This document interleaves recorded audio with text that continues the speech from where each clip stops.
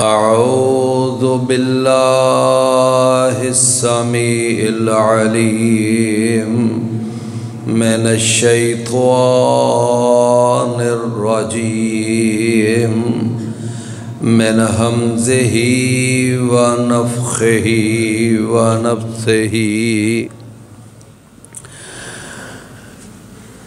یا ایھا الذین آمنوا کتب علیکم الصیام کما کتب علی الذین من قبلکم لعلکم تتقون۔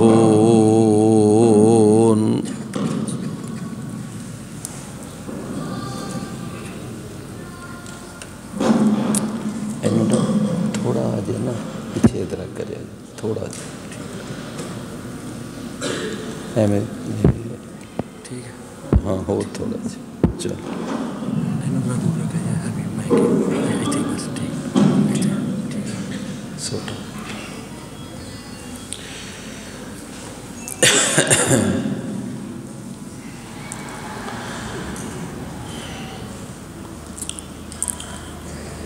پیارے عزیز بھائیوں،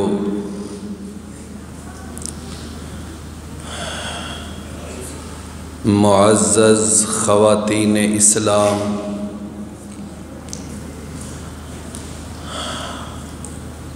اللہ تعالیٰ نے اپنے بندوں کے لیے کچھ موسم ایسے رکھے ہیں کہ جن کے اندر ہم زیادہ سے زیادہ نیکیاں کما کر اور اپنے گناہوں کو بخشوا کر ہم جہنم سے بچ سکیں اور جنت میں داخل ہو سکیں۔ ایسے جو اللہ تعالیٰ نے خصوصی پیکج رکھے ہیں ان میں ایک رمضان المبارک کا مہینہ ہے۔ رمضان المبارک کے اندر اللہ تعالیٰ اپنے بندوں کے لیے یہ خاص طور پر ایسے کچھ انعامات، ایسی برکتیں، ایسی رحمتوں کا نزول فرماتا ہے کہ ہم گناہوں سے پاک ہو جائیں۔ پیارے بھائیوں، یہ جو رمضان کا مہینہ ہے جس کی اب آمد ہے، یہ رمضان کا مہینہ یہ ایسے سمجھیں کہ جیسے یہ ہمارے ایمان کے لیے ایک ٹونک کی حیثیت رکھتا ہے۔ ہمارے ایمان کو طاقتور بنانے کے لیے، مضبوط بنانے کے لیے اللہ تعالیٰ اسے بھیجتا ہے۔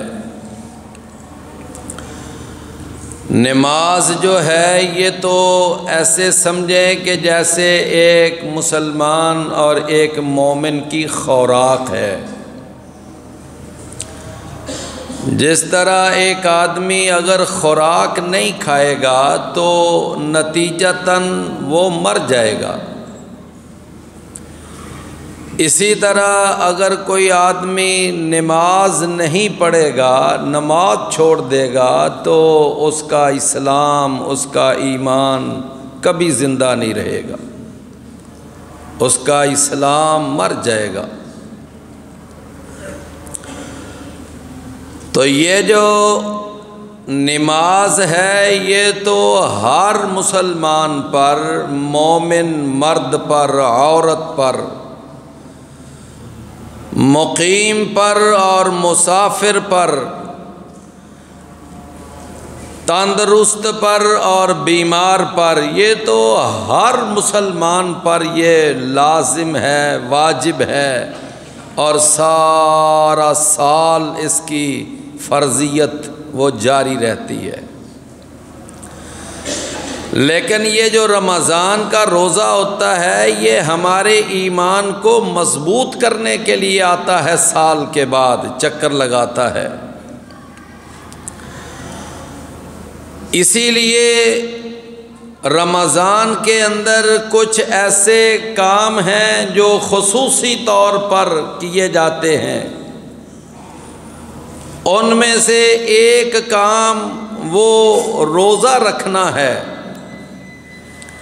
کہ انسان صبح سے لے کر شام تک اپنا کھانا، اپنا پینا، اپنی دیگر جائز ضروریات، خواہشات، انسان اس سے رک جاتا ہے کہ جی میرا روزہ ہے۔ تو یہ جو روزہ رکھنا ہے،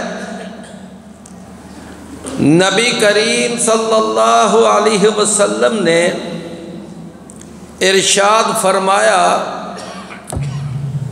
کہ کل عمل ابن آدم یضاعف، کہ آدم کے بیٹے کا ہر عمل جو ہے اس کو کئی گنا بڑھا کر اجر دیا جاتا ہے۔ فرمایا کہ الحسنۃ بعشر امثالھا، کہ ایک نیکی کم از کم جو ہے وہ 10 گنا تو اجر رکھتی ہی رکھتی ہے، 10 گنا۔ فرمایا الی 700 ضعف، اور اس کا اجر 700 گنا تک بھی بڑھا دیا جاتا ہے۔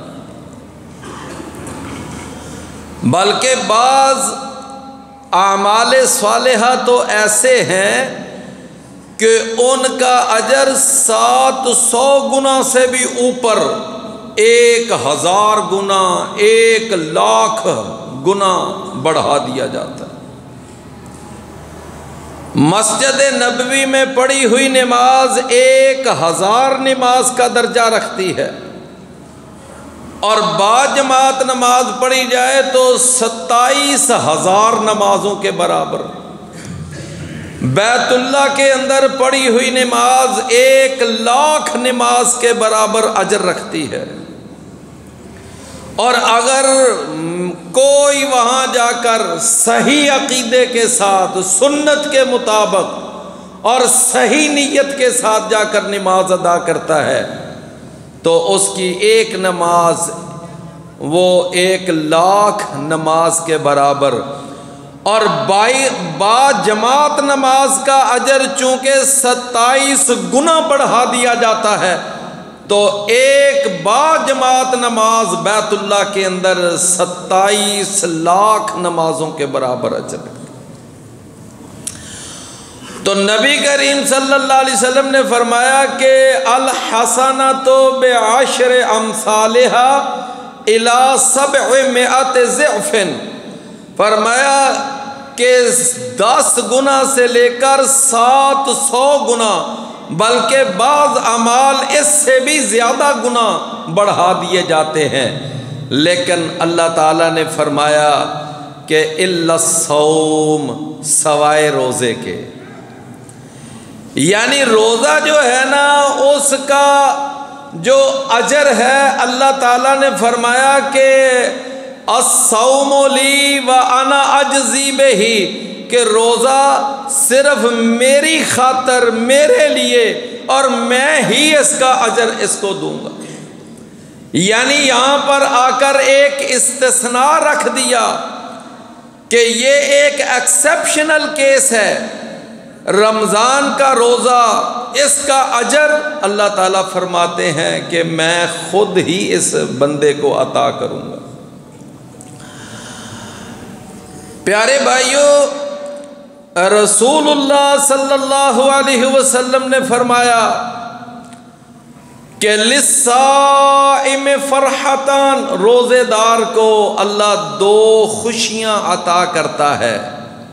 فرحت عند فطرہ، ایک خوشی تو اس کو نقد بنقد اس وقت ہی مل جاتی ہے کہ جب وہ روزہ افطار کرتا ہے، سارے دن کی بھوک پیاس برداشت کر کے جب افطاری کا وقت ہوتا ہے، انواع و اقسام کے پھل فروٹ سامنے پڑے ہوتے ہیں، ایک خوشی تو اس کو نقد بنقد یہاں ہی مل جاتی ہے. وَفَرْحَةٌ عِنْدَ لِقَاءِ رَبِّهِ، اور ایک خوشی اللہ اس کو اس وقت عطا کرے گا جب یہ اپنے رب سے ملاقات کرے گا. اور نبی کریم صلی اللہ علیہ وسلم نے فرمایا کہ اس روزے دار کے ساتھ اللہ کو اتنی محبت ہے، اتنا پیار ہے اللہ کو اس کے ساتھ کہ وَلَا خَلُوفُ فَمِ الصَّائِمِ أَطْيَبُ عِنْدَ اللَّهِ مِنْ رِيحِ الْمِسْكِ، کہ روزے دار کے منہ سے جو نکلنے والی ایک بیڈ سمیل ہے وہ بھی اللہ کو اتنی پسند ہے کہ اللہ تعالیٰ اس کو کستوری سے بھی زیادہ پسند کرتا. یہ کیا ہے کہ اس روزے دار سے اللہ کو بڑا پیار ہے. میرے اور آپ کے پیارے پیغمبر جناب محمد الرسول اللہ صلی اللہ علیہ وسلم نے ارشاد فرمایا کہ جنت کے جو 8 دروازے ہیں، ان 8 دروازوں میں سے ایک دروازے کا باقاعدہ نام ہی اللہ نے باب الریان رکھا ہے. ان فی الجنت بابا یقال لہ الریان، کہ اس کا نام ہی ریان یعنی سیراب کرنے والا دروازہ. فرمایا کہ وہ جو باب الریان ہے تو اس کے بارے میں فرمایا یدخل منہ الصائمون یوم القیامہ، قیامت والے دن اس دروازے سے صرف روزے داروں کو داخل ہونے کی اجازت ہوگی. روزے دار اس دروازے میں سے داخل ہوں گے. فرمایا کہ جس وقت قیامت کا دن ہوگا یقال این الصائمون، کہا جائے گا، آواز لگائی جائے گی کہ روزے دار کہاں ہیں، تو پھر وہ روزے دار کھڑے ہو جائیں گے اور ان کو اس دروازے میں سے داخل کر دیا جائے گا. فرمایا کہ لا يدخل منہ احد غیرہم، ان روزے داروں کے سوا کوئی اس میں سے داخل نہیں ہو سکے گا. جب وہ داخل ہو جائیں گے تو پھر اس دروازے کو بند کر دیا جائے گا. تو یہ جو ایک اسپیشل پروٹوکول یہ جو دیا جائے گا یہ روزے داروں کو دیا جائے گا. لیکن میرے بھائیوں ایک یہاں پر دکھتا ہوا سوال ہے کہ کیا ہر روزے دار اللہ کو محبوب ہوتا ہے؟ کیا ہر روزے دار سے اللہ پیار کرتا ہے؟ کیا ہر روزے دار اللہ کا پسندیدہ ہے؟ نہ، یہ بات نہیں ہے. بلکہ وہ روزے دار اللہ کو محبوب ہے کہ جو روزے کو روزے کے تقاضوں کے مطابق اور اس کی شرائط کے مطابق، اس کے آداب کے مطابق روزہ رکھتا ہے. اگر کوئی آدمی صرف بھوک اور پیاس کو روزہ سمجھتا ہے تو یہ غلط فہمی ہے، یہ اس کی صحیح سوچ نہیں ہے. بلکہ روزہ وہ کہ جو انسان کو اللہ تعالیٰ سے بخشوائے اور جہنم سے آزاد کروائے، جنت میں سیٹ بک کروائے اور اللہ کو منانے کا سبب بن جائے، وہ روزہ وہ اللہ کو بڑا پیارا ہے، وہ اللہ کو بڑا پسند ہے. چنانچہ رسول اللہ صلی اللہ علیہ وسلم نے فرمایا کہ اذا کان یوم صوم احدکم فلا یرفث ولا یصخب جب تم میں سے کسی نے روزہ رکھا ہوا ہو تو وہ پھر اس بات کا خیال رکھے کہ اس نے کوئی بےہودہ بات نہیں زبان سے نکالنی، اس نے کوئی شور و غل والی بات، کوئی یعنی اول فول اپنی زبان سے نہیں نکالنا۔ فرمایا کہ ہاں ایک آدمی یہ کہتا ہے کہ چلو میں کسی کے ساتھ کوئی بےہودہ بات نہیں کر رہا، میں کسی کے ساتھ کوئی لڑائی، کوئی جھگڑا، کوئی ایسی ویسی کیفیت پیدا نہیں کر رہا، لیکن میرا ایک مد مقابل وہ بدو بدی میرے اوپر چڑھائی کر رہا تھا، وہ میرے اوپر اس طرح کی بات کر رہا تھا، تو مجھے تو جواباً کاروائی کرنا پڑی۔ رسول اللہ صلی اللہ علیہ وسلم نے فرمایا نہیں، فَإِن صَابَّهُ أَحَدٌ أَوْ قَاتَلَهُ فَلْيَقُلْ إِنِّي صَائِمٌ۔ ہاں اگر کوئی دوسرا اس سے لڑنے کی کوشش کرتا ہے، کوئی اور اس سے الجھنے کی کوشش کرتا ہے، کوئی اور اس سے گالی گلوچ پر اتر آتا ہے، تو وہ جوابی کاروائی کرتے ہوئے اس کو اس کی بےہودگی کا جواب بےہودگی میں نہ دے، بلکہ کیا کہے، وہ اس کو بس اتنا کہہ دے کہ انی صائم، بھئی میں نے روزہ رکھا ہو۔ لہذا اگر تو میرے ساتھ بدتمیزی کرے گا تو میں تیرے ساتھ بدتمیزی نہیں کروں گا، اگر تو بےہودہ گفتگو کرے گا تو میں نہیں کروں گا۔ کیوں؟ بڑا گناہگار تھا، بڑا سیاہکار تھا، سوچتا تھا کہ گناہ اتنے زیادہ، زندگی بہت مختصر، کیا بنے گا میرے گناہوں کا، بس اسی سوچ میں تھا کہ اللہ نے مجھ گناہگار پر رحمت فرمائی اور میری زندگی میں یہ رمضان کا رحمتوں برکتوں والا مہینہ بھیج دیا، تو اب میں ایک باقاعدہ کورس کر رہا ہوں، اور اس کورس کے اندر یہ ہے کہ میں گناہوں کو بخشانے کی کوشش کر رہا ہوں، لہذا اب میں تیری اس بےہودہ گفتگو کا جواب بےہودہ گفتگو سے نہیں دوں گا، بس میں اتنا کہتا ہوں کہ میں روزے کی حالت میں ہوں، لہذا میں اس طرح کی بدتمیزی نہیں کروں۔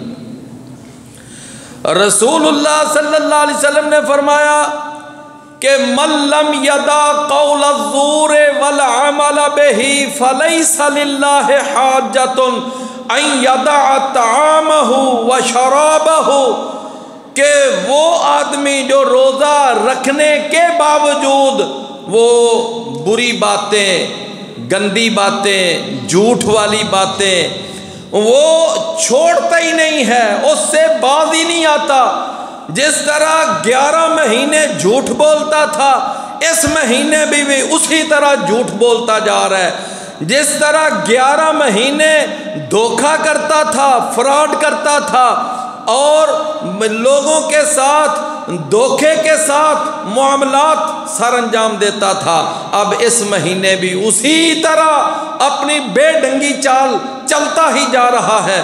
تو نبی صلی اللہ علیہ وسلم نے فرمایا کہ جو آدمی بے حیائی والی باتیں، فحاشی والی باتیں، جھوٹ والی باتیں، غیبت اور چغلی والی باتیں اور اللہ کو ناراض کرنے والی باتیں وہ چھوڑتا ہی نہیں ہے، وہ روزہ رکھ کر بھی یہ سارے کام کیے جا رہا ہے، تو فرمایا کہ فَلَيْسَ لِلَّهِ حَاجَّةٌ أَن يَدَعَ طَعَامَهُ وَشَرَابَهُ، اس کو اپنے کھانے اور پینے کے چھوڑنے کا کوئی فائدہ نہیں۔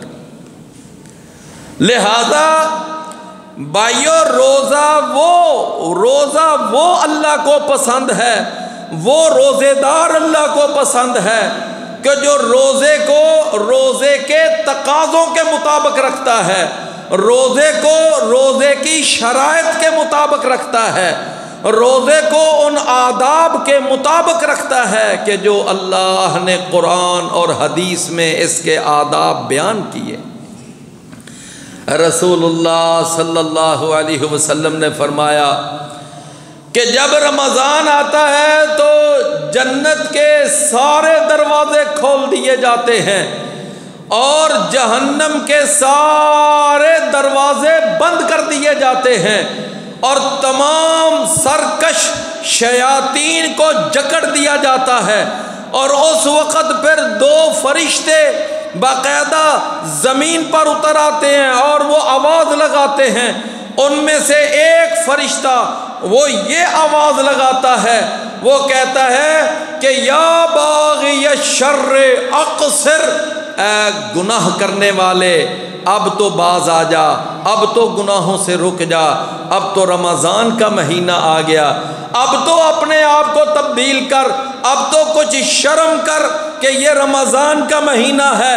اگر پہلے شرک کرتا تھا تو اب تو باز آ جا، اگر پہلے بدعات کرتا تھا اب تو رک جا، اگر پہلے جھوٹ بولتا تھا، دو نمبری کرتا تھا، دھوکہ دہی اور شراب پیتا تھا، جوا کھیلتا تھا، سود کھاتا تھا، اب تو کم از کم ان سارے گناہوں سے باز آ جا کہ رمضان کا مہینہ ہے۔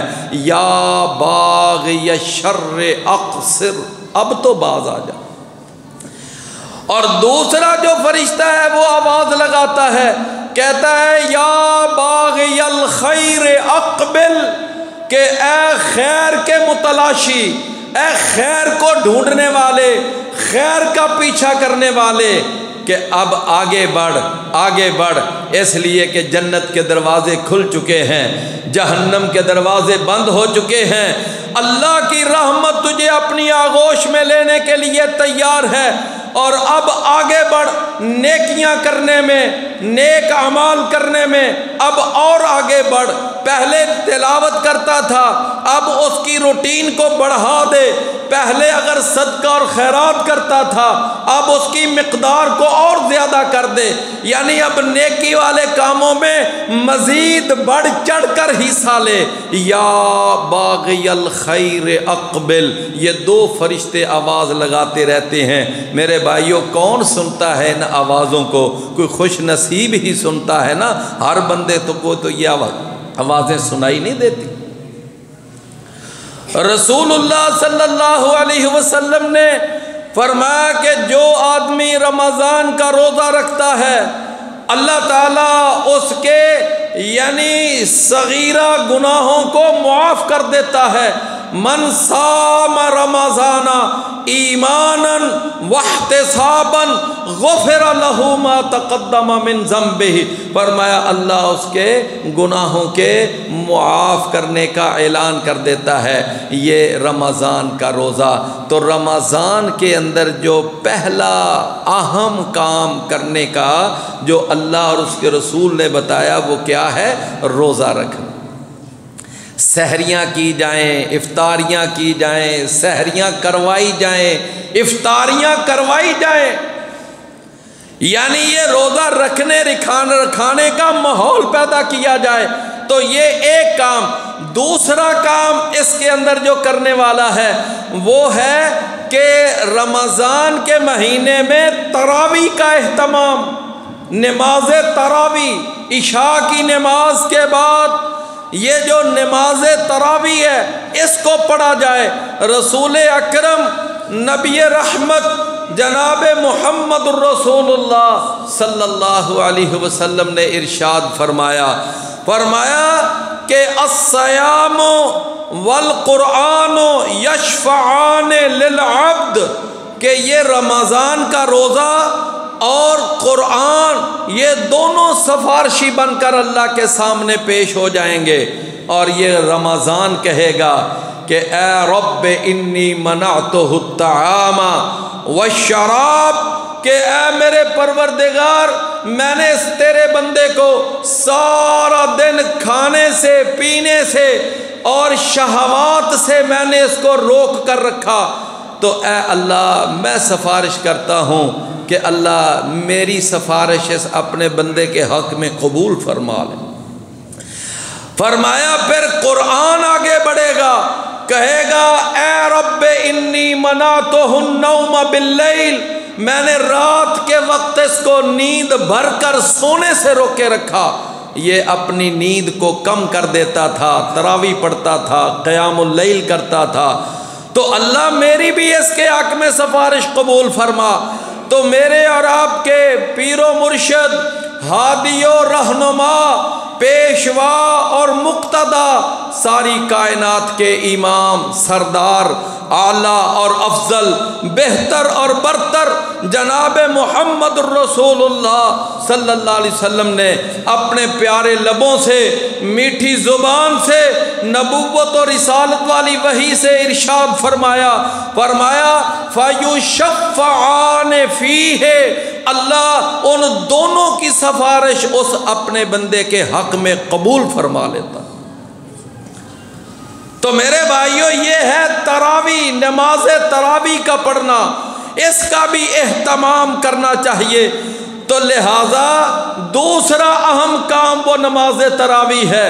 نماز تراویح کے بارے میں ایک چھوٹی سی وضاحت، ہماری اماں جان سیدہ عائشہ صدیقہ طیبہ و طاہرہ فقیہہ و ذکیہ رضی اللہ عنہا بیان کرتی ہیں کہ اللہ کے نبی رمضان یا غیر رمضان آپ کا جو قیام اللیل ہوتا تھا، تو وہ قیام اللیل وہ 11 رکعتوں سے زیادہ نہیں ہوتا تھا، یعنی آپ 11 رکعتیں پڑھا کرتے تھے۔ فرماتی ہیں کہ وہ 4 کر کے پہلے 8 رکعت پڑھ لیتے اور پھر اس کے بعد 3 وتر پڑھ لیتے، کبھی 2 رکعت کر کے آپ 8 رکعت پڑھ لیتے، آخر میں پھر 3 وتر پڑھ لیتے۔ تو یہ 11 رکعت رسول اللہ صلی اللہ علیہ وسلم سے وتر سمیت یہ آپ کا قیام اللیل اللہ کے نبی صلی اللہ علیہ وسلم سے ثابت ہے۔ احناف کی دنیا کے ایک بڑے نامی گرامی اور جانے پہچانے ایک بہت بڑے عالم دین انور شاہ کاشمیری، انہوں نے اپنی کتاب تحفۃ الاحوذی میں عرف الشذی میں لکھا ہے، یعنی ترمذی کی شرح میں، کہ اس بات کو مانے بغیر کوئی گزارا ہی نہیں کہ نبی صلی اللہ علیہ وسلم سے وتر سمیت 8 تراویح ثابت ہے۔ لہذا نماز تراویح پڑھی جائے اور سنت کے مطابق، سنت رکعات کے مطابق پڑھی جائے۔ اور تیسرا عمل اس کے اندر جو کرنے والا ہے وہ ہے دعا کا اہتمام کیا جائے، دعا زیادہ سے زیادہ اس کے اندر دعائیں کی جائیں۔ رسول اللہ صلی اللہ علیہ وسلم نے فرمایا کہ ان للصائم لدعوۃ لا ترد، یہ ابن ماجہ میں حدیث آتی ہے۔ فرمایا کہ 3 دعائیں ایسی ہوتی ہیں اللہ ان کو رد نہیں کرتا۔ ایک والد کی دعا اپنی اولاد کے حق میں، اور ایک مسافر کی دعا سفر کی حالت میں، اور تیسری دعا فرمایا کہ روزے دار کی دعا جب وہ افطاری کے وقت دعا کرتا ہے تو یہ دعا اللہ تعالیٰ کو بہت قبول ہوتی ہے، اللہ اس کو بہت قبول کرتا ہے۔ ان للصائم لدعوۃ لا ترد عند فطرہ، تو یہ یعنی روزے دار کی دعا کا بھی ایک بڑا اہتمام۔ پیارے بھائیوں، نبی کریم صلی اللہ علیہ وسلم نے فرمایا کہ دعا کرتے وقت بس اس بات کا اہتمام کرو کہ دعا کرنے والا وہ نمبر 1 اس دعا کے اندر وہ سب سے پہلے اللہ کی حمد اور ثنا بیان کرے۔ نمبر 2 نبی کریم صلی اللہ علیہ وسلم کی ذات گرامی پر درود پڑھ کر دعا کرے، اور پھر وہ دعا وہ کرتے وقت ڈائریکٹ اللہ سے دعا کرے، درمیان میں کوئی واسطہ، کوئی وسیلہ، کوئی طفیل نہیں۔ فرمایا کہ اذا سألک عبادی عنی فإنی قریب اجیب دعوت الداع اذا دعان۔ یہ سورہ البقرہ روزوں کا جو رکوع ہے اس کے درمیان میں یہ آیت ہے فرمایا جب آپ سے میرے بندے میرے بارے میں سوال کرتے ہیں آپ ان کو بتا دو کہ میں تمہارے قریب ہوں، لہذا جب بھی تم نے دعا کرنی ہو تو ڈائریکٹ مجھے پکارو، مجھ سے دعا کرو، کوئی درمیان میں واسطہ وسیلہ ڈالنے کی ضرورت نہیں۔ کیوں؟ اس لیے کہ اللہ نہ کسی کی شخصیت کے آگے وہ مرعوب ہوتا ہے، نہ کسی کی محبت کے آگے مرعوب ہوتا ہے، نہ کسی کی عبادت اور ریاضت کے آگے مرعوب ہوتا ہے۔ اللہ تعالیٰ بے نیاز ہے، لہذا اللہ کو ڈائریکٹ دعا کرو، اور اس کے بعد رزق حلال کے ساتھ دعا کی جائے۔ لو میرے بھائیو، یہ 4 آداب، اللہ کی تعریف ہو، رسول اللہ پر درود بھیجا جائے، اور پھر اللہ سے ڈائریکٹ دعا کی جائے، اور حلال کمائی کھاتے ہوئے دعا کی جائے، اللہ تعالیٰ ایسی دعا کو لازماً قبول کرتا ہے۔ ایسا نہیں ہو سکتا کہ اگر ان ساری چیزوں کا اہتمام کیا جائے اور پھر دعا اللہ کے ہاں قبول نہ ہو۔ کبھی کبھار ایسا ہوتا ہے کہ اللہ اس دعا کو فوراً ہی قبول کر لیتا ہے، ادھر بندہ دعا کرتا ہے ادھر فوراً اس کی دعا قبول کر لی جاتی ہے۔ کبھی ایسا بھی ہوتا ہے، نبی کریم صلی اللہ علیہ وسلم جمعہ پڑھا رہے ہیں، ایک صحابی آ کر کہتا ہے اللہ کے نبی دعا فرمائے بارش ہو جائے، تو اللہ کے رسول صلی اللہ علیہ وسلم نے جمعے کے دوران ہی دعا کی۔ صحابہ کہتے ہیں ہم جمعے سے فارغ ہو کر گھروں کو جا رہے تھے تو اس وقت ہی بادل آ گئے اور بارش برسنے لگ گئی، پورا ہفتہ بارش برستی رہی۔ وہی صحابی اگلے جمعے کھڑا ہوا، کہنے لگا اللہ کے رسول اب بہت بارش ہو گئی، اب اللہ سے دعا کریں اب بارش رک جائے۔ اللہ کے رسول نے اسی وقت دعا فرمائی، اللہم حوالینا ولا علینا، یا اللہ بن بادلوں کو جنگلوں میں لے جا، بیابانوں میں، صحراؤں میں لے جا۔ تو رسول اللہ صلی اللہ علیہ وسلم کی دعا دیکھیں اسی وقت قبول ہوئی، جمعے سے فارغ ہوئے اور بادل غائب، بارش ختم۔ تو کبھی کبھار ایسا ہوتا ہے کہ اللہ دعا فوراً ہی قبول کر لیتا۔ اللہ اکبر۔ میرے بھائیو، سیدہ مریم جس وقت اپنے کمرے میں وہ پھل کھا رہی ہیں، اللہ نے ان کو بغیر موسم کے پھل عطا کیا، تو جناب زکریا اس کمرے میں داخل ہوئے، دیکھا ان کے پاس بغیر موسموں کے پھل پڑے ہوئے ہیں، تو جناب زکریا اس وقت فوراً دعا کرتے ہیں۔ قرآن کہتا ہے ہنالک دعا زکریا ربہ، کہتے ہیں اے میرے پروردگار اگر تو اس مریم کو بے موسم پھل دے سکتا ہے تو میں زکریا تیرا نبی تیرا بندہ تو اب موسم تو میرا بھی اولاد والا نہیں ہے، بڑھاپا آ چکا ہے، لیکن اللہ تو مجھے بھی اولاد دینے پہ قادر ہے، اللہ مجھے بھی اولاد عطا فرما۔ لو میرے بھائیو، اللہ نے اس وقت فوراً دعا قبول فرما لی۔ تو گویا دعا کا پہلا بینیفٹ یہ ہوتا ہے کہ فوراً بھی اللہ قبول کر لیتا ہے۔ کبھی ایسا بھی ہوتا ہے کہ اس دعا کو اللہ اس بندے کے لیے ذخیرہ کر لیتا ہے، اس کو سٹور کر لیتا ہے۔ فرمایا کل قیامت کا دن ہوگا اور یہ 2 میل پر سورج آ جائے گا، لوگوں کی گرمی سے یہ حالت ہوگی کہ جس طرح بھٹی میں دانے بھنے جاتے ہیں تو اس وقت لوگ پسینوں میں شرابور ہوں گے، اور جہنم کو لایا جائے گا، 70,000 اس کو لگامیں ڈالی گئی ہوں گی، ایک ایک لگام کو 70,000 فرشتوں نے پکڑا ہوا ہوگا، پھر بھی وہ جہنم قابو میں نہیں آ رہی ہوگی۔ وہ قیامت کا ہولناک دن، اس دن اللہ تعالیٰ اس بندے کی وہ ذخیرہ شدہ دعائیں نکال کر اس قیامت کی سختیوں کو اس کے لیے آسانیوں میں بدل دے۔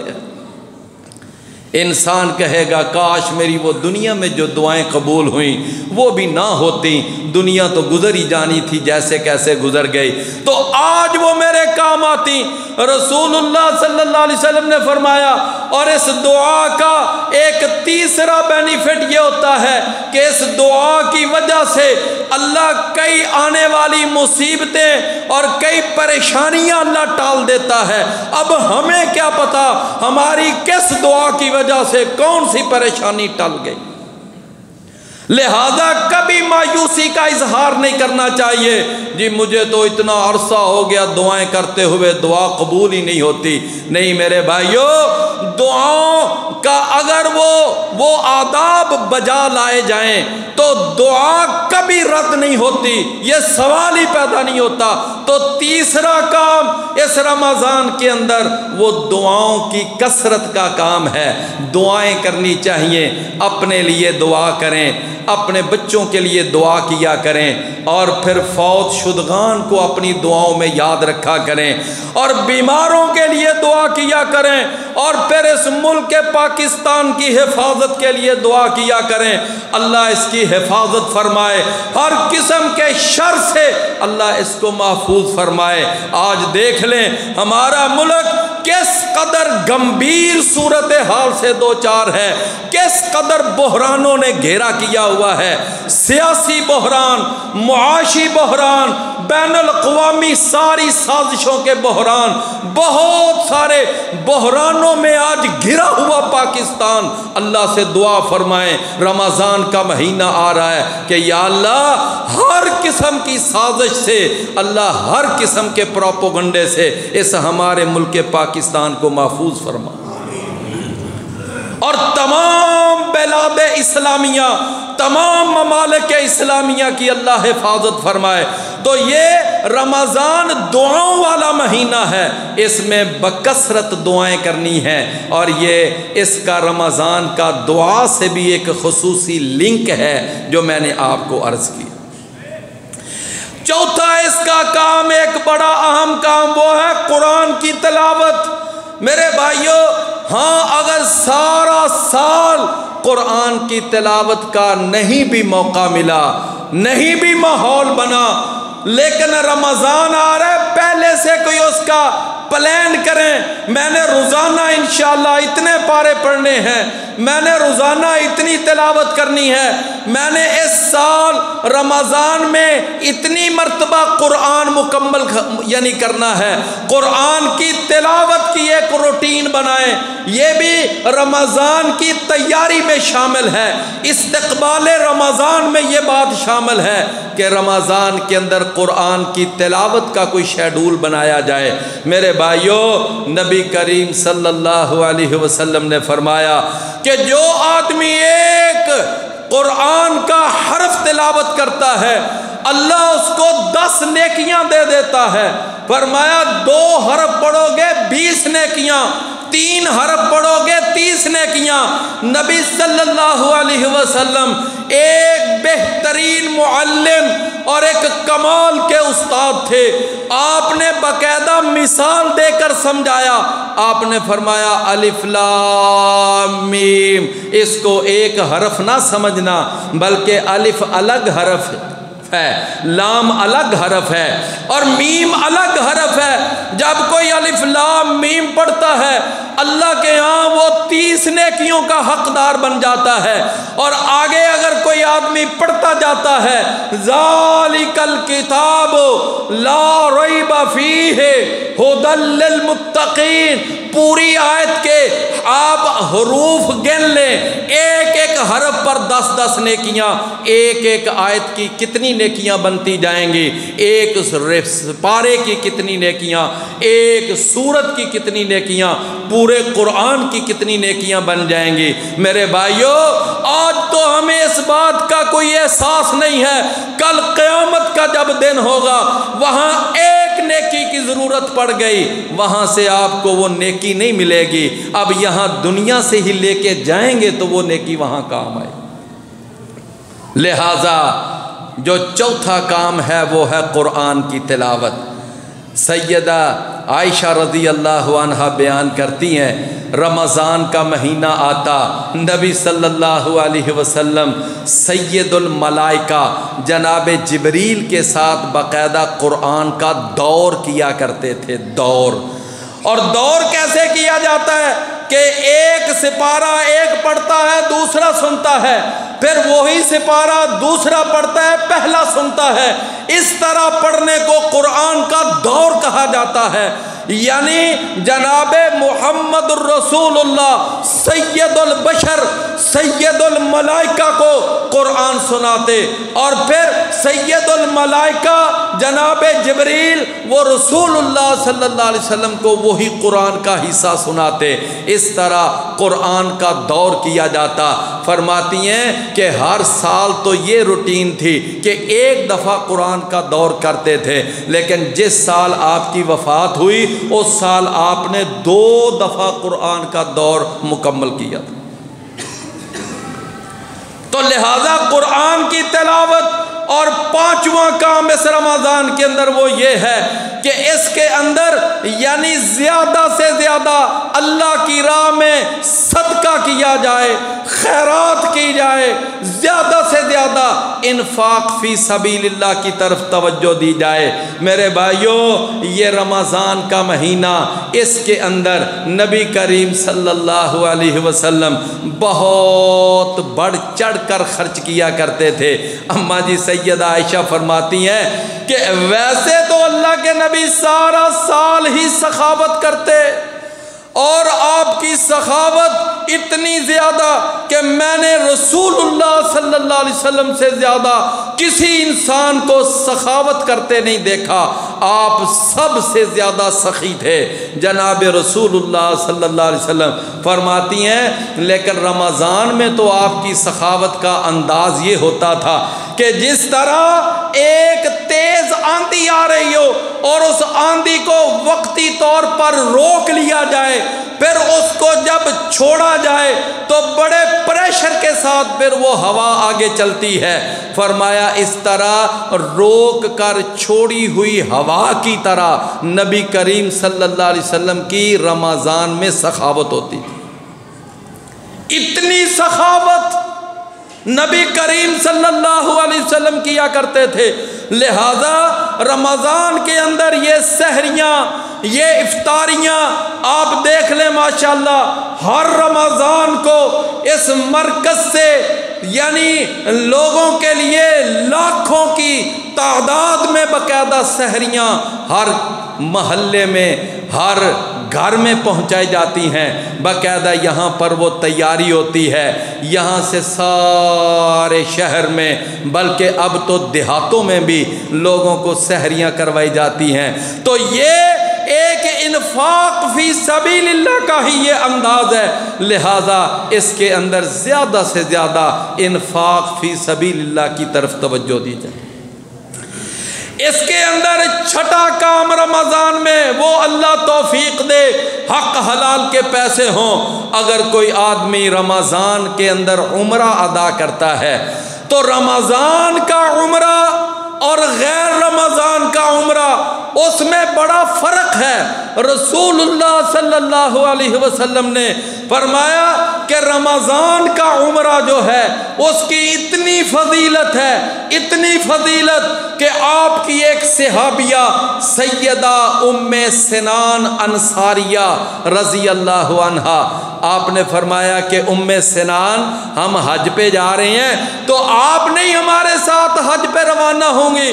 وہ عرض کرتی ہیں اللہ کے نبی دل تو چاہتا ہے لیکن مجبوری ہے سواری کی۔ اللہ کے نبی صلی اللہ علیہ وسلم نے فرمایا اچھا چلو کوئی بات نہیں، فَإِذَا جَاءَ رَمَضَانُ، جب آئندہ رمضان آئے گا نا تو فَاعْتَمِرِي، تو تو عمرے پہ چلے جانا، عمرہ کرانا، عمرہ ادا کر لینا رمضان میں۔ فرمایا فَإِنَّ الْعُمْرَةَ فِي رَمَضَانَ تَعْدِلُ حَجَّةً مَعِيَّ، اس لیے کہ رمضان میں ادا کیا ہوا عمرہ وہ میرے ساتھ ادا کیے ہوئے حج کے برابر ہے۔